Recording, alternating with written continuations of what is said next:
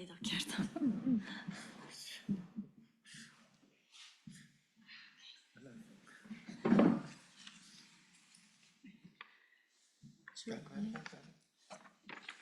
Bueno, pues buenas tardes. Muchas gracias por... Ahora sí me escucha mejor.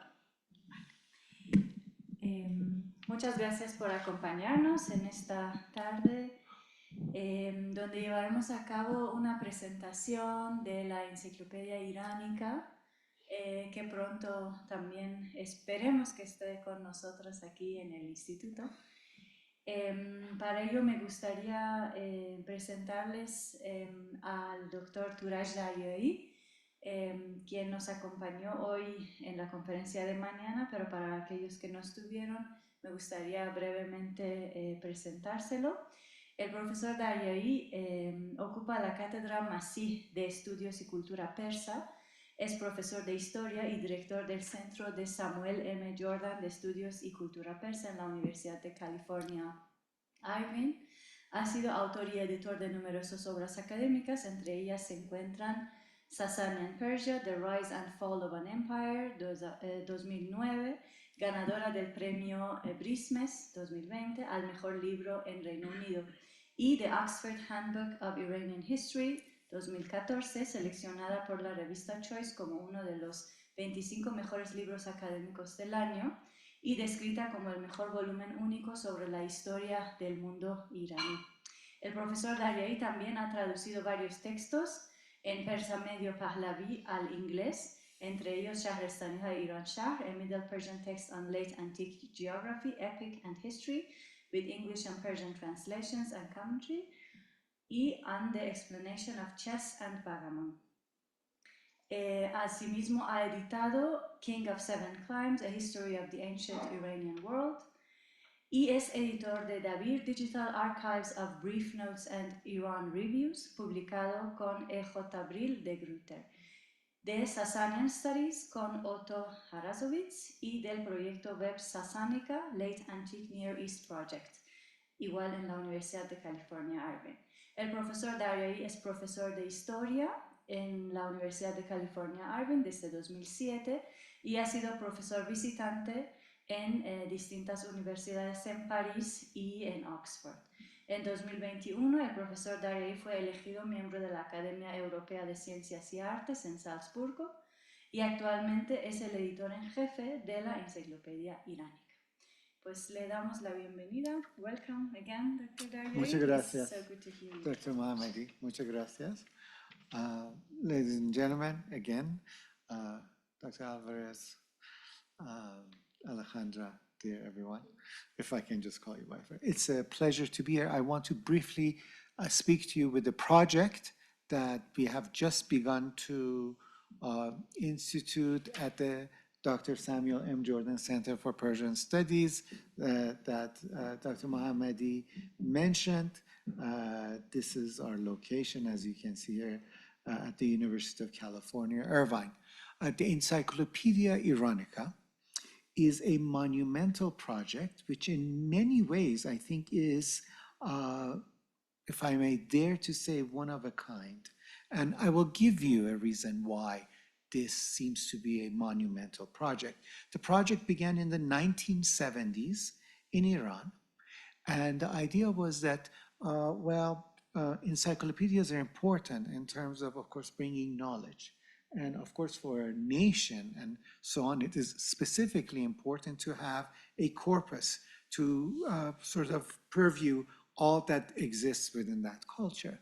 And in the 1970s, the government of Iran, the pre-revolutionary government of the Pahlavi dynasty, began the support of this project with the directorship of Dr. Ehsani Yarshater, the person who had this project in mind. And this had an older tradition coming out of the Encyclopedia of Islam. The initial idea was the Encyclopedia Islam, which is in its third or fourth edition, is such a monumental work, 20 to 30 volumes sometimes, depending on the edition. And let us just take the things that just deal with Iran. But that's very difficult. What is Islamic? What is Iranian? What is ancient? What do you use? So when the revolution happened in 1979, Professor Yarshater was in Columbia University in New York, and he decided to not have the work in Persian as it had initially been suggested, but in English, so it would be more reachable, and to continue the endeavor in the United States. And he did so until he passed away in 2017, where Dr. Elton Daniels succeeded him at Columbia. And then last year, for reasons I do not know, I was asked to be the new editor of the Encyclopaedia Iranica. The reason that I think this encyclopedia is important is, of course, its content, what makes it important. If you look at the site already here, it has 9,173 articles, but it's not finished. It's not even half finished. And so it is a monumental project in that. And the idea is to search for an entry related to the Iranian world in its largest aspect, to find the best qualified person to write an entry. But you could write an entry like the Encyclopaedia Britannica, right? Or other encyclopedias. I want you to have a flavor of this. And I didn't put this article up myself, I swear. It's Shapur, I don't know. No, I won't do Shapur. I will do Gilan cooking, since we have Dr. Mohammadi here, right? And I don't say what this is for. When you click on it, when you have, it's going to just take a second to upload, I hope. Let's see. It is uploading. You will see that the article, of course, is written academically. But what I think makes the article stand out is not to just give you 2 or 3 brief bibliographical reference. It is a much involved thing. It is almost like a research article.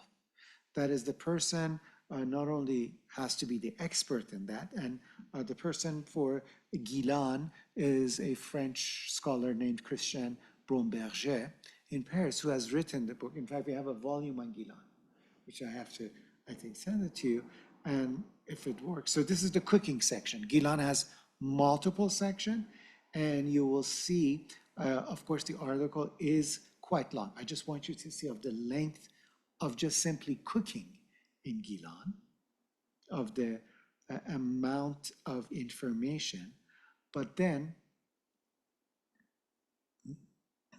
meals. And then the bibliography, as I mentioned, it's not 1 or 2. In every possible language that that scholar has access to and knows, the references are given. So that's, I think, something important about the encyclopedia that is important. Shapur the first, rock relief. Bruno Overlat, another scholar, he's Belgian. So here you could see the article. You have linked to the entry of the person himself. And sometimes you have images that pop out. Here's figure 2, for example. So you could see the relief. And this is very important because just 2 days ago in Tehran, this Mr. Shapur was unveiled as a statue in Iran's sort of conflict with, actually with the Western powers and the United States. So that's what's that. Oh, I didn't see that. Okay. Oh, babashit. I'm seeing it brilliantly here. Sorry. Just give me a second. It's connecting to the.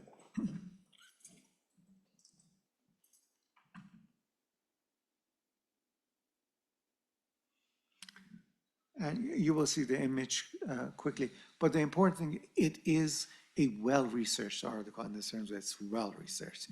Bruno Overlat is an expert in the field of inscriptional and so on. So that person is asked.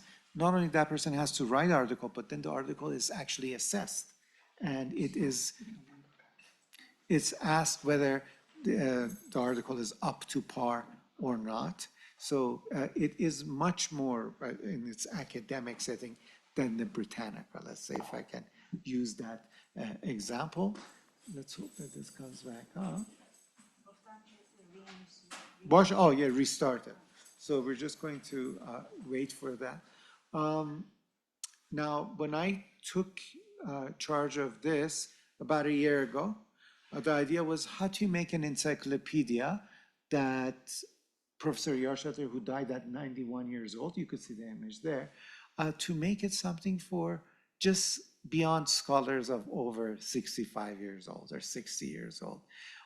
What makes an encyclopedia interesting to the younger generation? Something that would bring attention to them.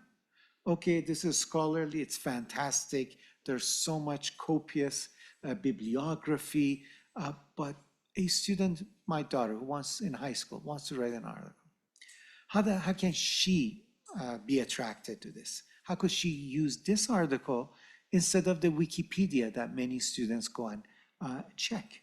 So I started thinking that, of course, in the 21st century, what is of interest to the younger generation and the populace at large are images, sounds, colors, a bit of more interactivity than the simple dry reiteration of an article.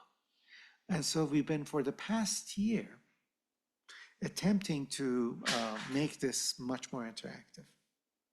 And it's going to take some time, but if you saw the beginning of just the face of it, you saw that it was moving, there's life to it. It is not a static, dead, sort of, if you don't mind, old encyclopedia. And that's what makes actually the younger generations who work at. We're planning to go to every Wikipedia entry that is dealing with Iran and actually have a link to the Encyclopaedia Iranica. When you have such a well-researched article, why should we just go to the Encyclopaedia Iranica? Some other features of this encyclopedia that I've just mentioned to our friends here is it's in English.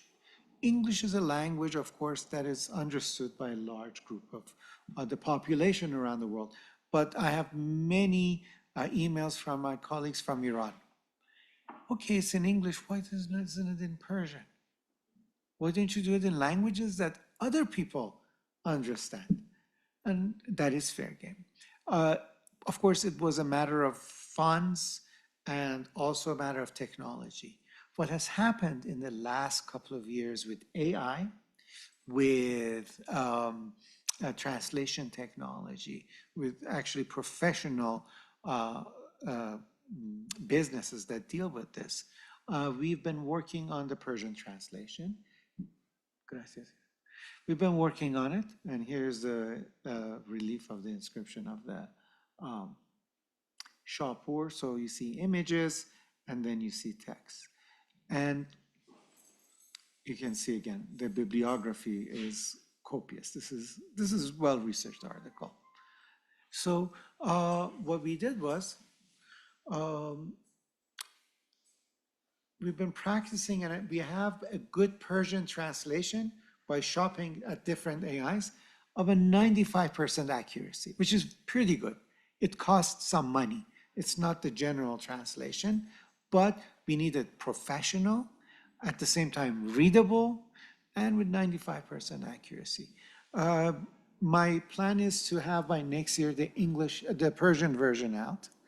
And I think the second actually translation, once we have the Persian down, then we know how it works, we will have the second one in Spanish. Because we've already have thought, a large part of the world speaks Spanish. So to reach out to the Spanish-speaking audience, that would be the way to do it.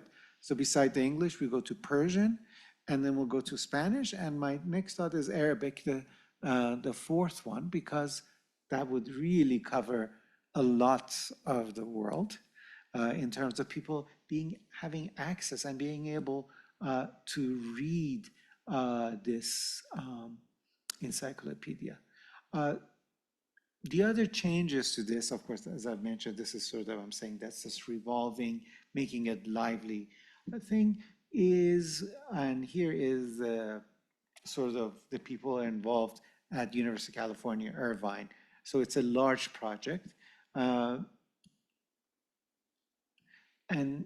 the editorial board, as you've seen, another change that was striking to me, which is, of course, it's generational. When Dr. Yarshater had the program, he had 39 advisors. So I counted at some time. 38 were men, and all the men were over 65, 70. That was clear. And of course, you need to have a change and bring more younger scholars. Not that I am the younger one, I'm not, but this is sort of the immediate people at the center. Dr. Mateo Farzan, whose second language is actually Spanish. So we have someone who, I think he was here last year, Laia and Arya Moknat. We have other scholars who are helping us. And then, of course, this is the field editors. These are experts in their field. Samra Zanush in Paris, Carlo Ceretti in Italy, Dominic Brookshaw in Oxford, Letitia Nanket in Wales, Matthew Canepa at UCI. We have Talin Grigor in UC Davis, and Charles Melville in Cambridge. So you really have an international, I mean, my sense was to be international, to be gendered balanced, as good as we're doing it right now. And so we can reach the world, and we have this worldly perspective. But just to make it a little bit more, because I was very terrified of the reaction of the scholarly community, I decided to have an advisory board, because these 12 people cannot cover every aspect of Iranian civilization or any civilization. So we created the advisory board. The advisory board is composed of 120 people, which I just asked you if you would be on it, because we really need an international who deal with minute matters that I can go to and ask for them. Can you please tell me, what do you think of the Pahlavi period, so-and-so, or Islam and Shiism, or the Caucasus, Georgia, Armenia, Republic of Azerbaijan? What about Afghanistan, which is, of course, an important segment of it. So you could see Alberto Cantero, who was talking about Cantero, I think you were, Gomez, yes, Alberto? Or you were, I'm sorry. Alberto Cantera is there for the Zoroastrian Western studies. So there's a whole group of people who are really the wings of this encyclopedia that allow it to fly. And so it's this idea that I have, and I hope I can go forward to do it. The encyclopedia has gotten to the letter K. So and so 9,000 articles are just simply up to K, from A to K. We do have some articles still online here, but not that many. It's the K. And I checked for Mexico before I came here. We have 2 articles, which is really strange, of Persian foods which entered Mexico. One was kashk, and those curries is a way of it. But we just put up our latest article as I was in the car coming from Quayacán to here, foreign relations for, and I don't know how to actually bring that down, but that has actually relations with Mexico and Latin America from the 20th century, but not as back as what Alejandro said, 1910, which seems to have been the connection. So it has to connect with every other civilization and country that's had its relations. For some reason, I can't search here, can I here? Not to.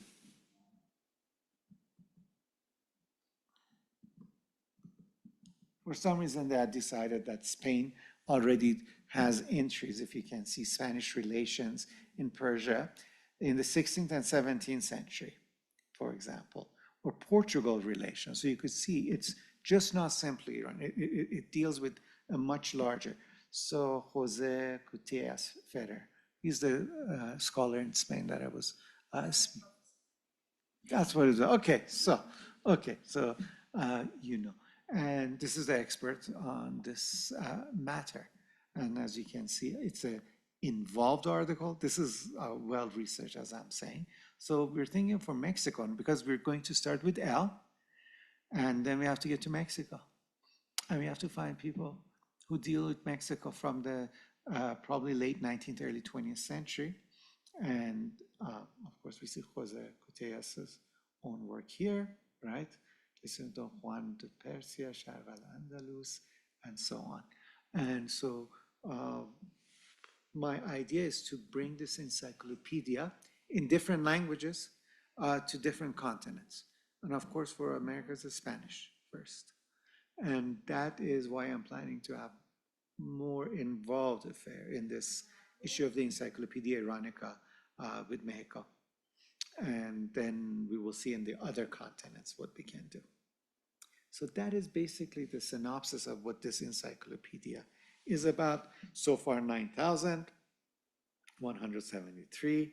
We have a couple of more there. So it's almost 10,000. And it probably will have another 10 to 15,000. So 25,000 articles, both in print and online. I was going to bring the print here. I had promised Shekoufeh. Each one of them is so heavy. So I brought this. So it's the size of each volume is the size of this.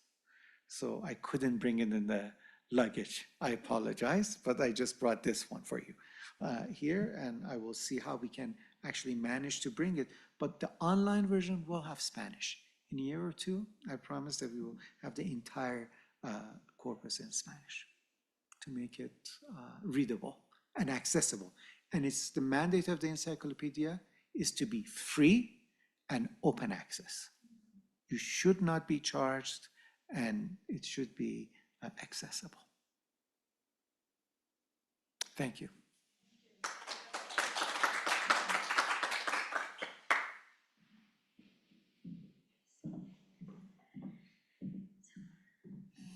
Thank you very much, Dr. Daryaee, for the presentation.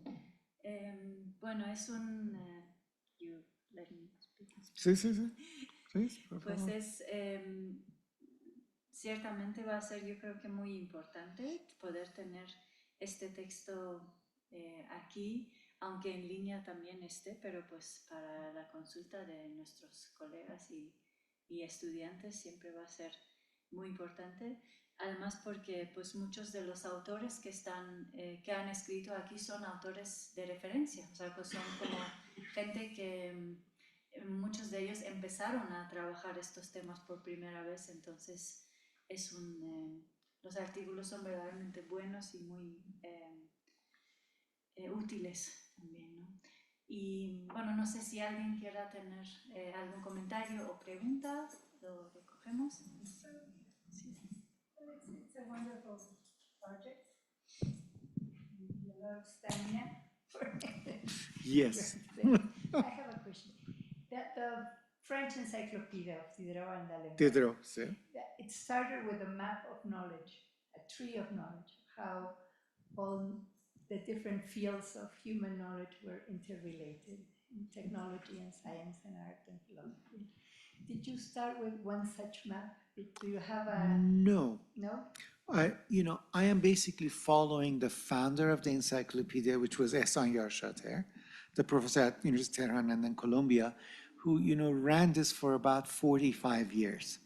So I am handed this down to continue it in the way that he had shaped. But of course, it's a different time and I'm a different person. So I have to keep some continuity. But Professor Yarshater was a man of letters. So literature, history, archaeology was his main interest. For some time, as new people came into the field who worked for him, for example, sociology became of interest to some extent. But it really has been very uneven in that way. It depends who was actually part of the editorial board that pushed it towards social science, to humanities. There was, what is so interesting to me is there doesn't seem to happen, at least to my mind, a clear plan. Besides, of course, we're going to make the monumental sort of project that it talks about every aspect of Iranian culture. Now, I have not actually thought about other ways, except I have 130 some scholars from almost every discipline that I can sort of think about in the past 30 years or 35 years I have been, the people that I think what is needed, and there's going to be more, that these people are going to be advising me on how to move forward and if we're missing things. Obviously, the encyclopedia has missed many things. And that was because there was no plan, I think. No one made a plan. What I do is ask the field editors, 12, every letter, you're going to give me 30 to 50 entries that are of utmost importance. You're going to tell me who's the best author one and who's the best author two. So it's a little bit more regimented. It's them who are in the field of their knowledge, right? And then the others that are going to hand me ideas and I'm going to decide. The encyclopedia has a good endowment. At some time it's almost $19 million. It's a lot, but it's not enough yet. Dave told me it's about 30 million to make it operational completely. I heard 90. 19, I'm sorry. And it has to become 30. And most of it has been paid by Iranian, wealthy businessmen and technology people and so on as a project. So we need 11 more million. But we're going forward. And the more we have money, of course, because this is a paid encyclopedia, articles go from $1,500 an entry to $700 to $250 because they're working. This is serious. So we ask them to really, give time and attention to it. And you get a good product. A lot of businesses have gone out of business in the encyclopedia world. Yes. In Mexico, the way of distributing encyclopedias was door-to-door selling, as in the United States. Yes. And that has more or less disappeared. Yes. So it will be very interesting to see how yours in paper gets distributed. I have no doubts at all, and of neither of them, but curiosity. Because most large businesses which lived for more than 100 years, maybe 200, doing encyclopedias, Yes. while making it and distributing encyclopedias, are not doing it anymore. Yes. So you have I think you have a large Iranian exile that is the first consumer of this, and all the universities and all colleges and high schools and from there down will be, it will be also a way to give new life to a way of creating, distributing knowledge that will be very interesting to see. Yes, I think those are algorithms. It's an online version that is going to really, I think, live between the print and the print will go to those who want collections, to businesses that may sponsor it, and some people like myself who bought every volume when I could afford, like the Scott. But when you have the online version you can listen to music. You could right now listen to sort of sections of music. You could see films move, pictures in color. Obviously, this is going to be the future of encyclopedia, not really this. But I, as an older generation compared to me, I would like to have I never trust everything just online. I'm afraid that sometimes something doesn't survive. So I would always like something in print. We will be very happy and proud to have it in your library. I will make sure that we do that. It's 16 volumes so far, so we'll have probably an approximate another 20 to 25 volumes. I may not live through it, but that's fine. You will, hopefully.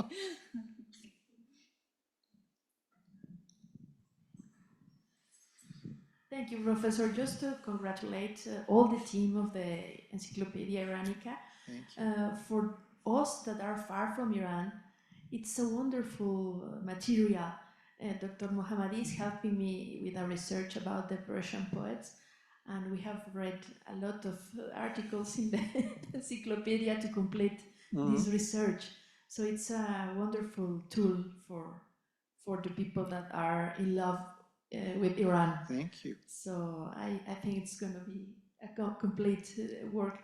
And I was about to ask how you do to do the financial work, but you already said that you have sponsors. We have a foundation, the Encyclopaedia Iranica Foundation. This was a vision of Dr. Yarshater, that rather than every year trying to like ask foundations and so on, there's a foundation that has made a portfolio of investment, relative safe investment, and it grows.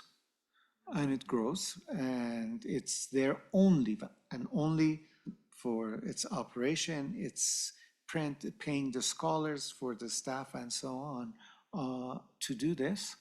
In our meeting last month, it was clear that it needs a little bit more funding. So my job, beside having this published and having it organized, is to contact and see foundations, but businesses and so on, to make the endowment grow, because the bigger the endowment, the better we can actually move forward. And thank you. May I ask a question also? Well, some of the entries, as you said, because the work started many years ago, so some of the entries, for example, they are really old. Oh, yeah. They come from like, some of them are from the 80s, no? And so on. And my question is, are you also considering maybe updating some of these entries? So this is my issue at this moment. There has been a stop for about 3 years. And the foundation is, of course, keen to go forward. The idea is with the power that I have with the people, how much I can go back and go forward. My sense is that the Encyclopedia of Islam, which I know best, has what it's done is gone from A to Z, and then it has the second edition and the third edition. There are things that we missed, or it's been missed. It's just simply not there. That may be something to think about inserting.